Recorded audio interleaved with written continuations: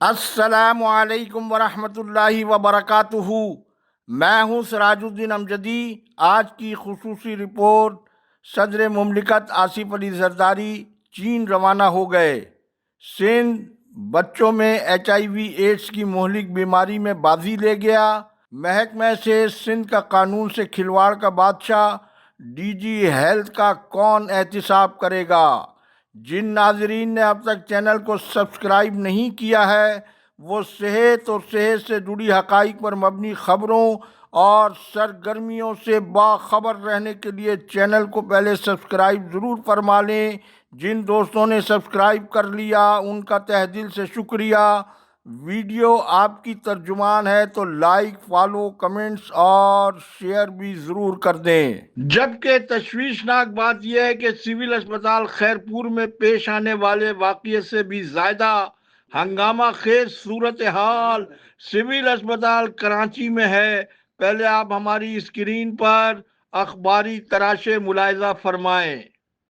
ناظرین کرام، اردو اور انگریزی اخبار کے مذکورہ تراشے آپ نے ہماری اسکرین پر ملاحظہ فرمائے، جس میں حکومتی جماعت کی ذیلی تنظیم پیپلز پیرامیڈیکلز کے ذمہ دار سینئر رہنماؤں حضرت کلام اور محمد حنیف آوان کا بیان ہے، لیکن اس خبر میں کسی افسر کا نام ظاہر نہیں کیا گیا ہے۔ جب LDN نے فون پر مذکورہ رہنماؤں سے رابطہ کر کے افسر کا نام معلوم کرنا چاہا تو انہوں نے سول اسپتال کے MS کے نام کی تصدیق کرتے ہوئے دونوں رہنماؤں نے کہا کہ آپ سمیت کس صحافی کو اس وقت ڈاکٹر خالد کی کرپشن، ملازمین کو ڈرانا دھمکانا اور غریب ملازمین کو انتقامی کارروائی کا نشانہ بنانا، کیا صحافیوں کو یہ پتہ نہیں ہے؟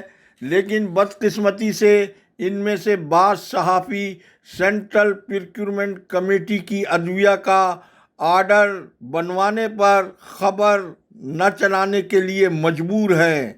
انہوں نے خود سوال کیا، کیا MS کا منصب انہیں مذکورہ ظلم اور ناانصافی کی اجازت دیتا ہے؟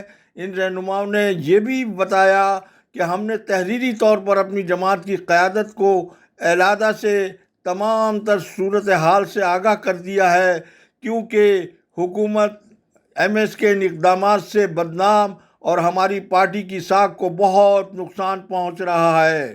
ہم اپنے ناظرین کو LDN کی تحقیقاتی ٹیم کی یہ حیرت انگیز رپورٹ بھی بتاتے چلیں کہ ڈاکٹر سید محمد خالد، بخاری کلینک والے ولد سید عبدالقادر، محکمہ صحت کے اسپیشلسٹ کیڈر کے وہ خلاف قانون MS ہیں جن کے قومی شناختی کارڈ کے پیشے کے خانے میں وہ سرکاری ملازم کے بجائے پرائیویٹ ملازم ہیں۔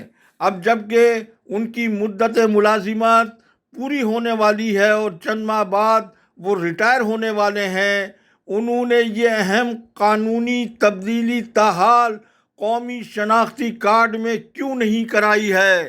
جبکہ ممتاز ماہرین قانون کے مطابق وفاقی محکمہ داخلہ کو اس کا فوری سنجیدہ نوٹس لیتے ہوئے ڈاکٹر خالد کے بیرون ممالک کے ان سفر کی چھان بین کرنی چاہیے جو انہوں نے ایکس پاکستان لیو کے بغیر بیرون ممالک کے سفر کیے ہیں، اور وفاقی محکمہ داخلہ کو اپنی قومی ذمہ داریوں کو فوری ادا کرنا چاہیے۔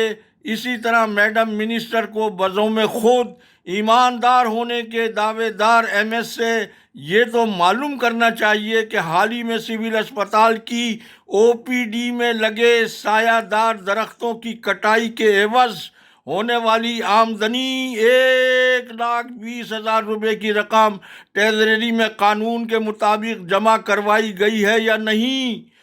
اگر وہ واقعی اپنے دعوے میں حق بجانب ہیں اور یہ رقم جمع کرا دی گئی ہے تو بہت اچھا، لیکن اگر نہیں جمع کروائی گئی ہے تو میڈم منسٹر ڈاکٹر عذرا فضل PGO خود ہی ان کی امانت اور دیانت کے بارے میں فیصلہ فرما لیں۔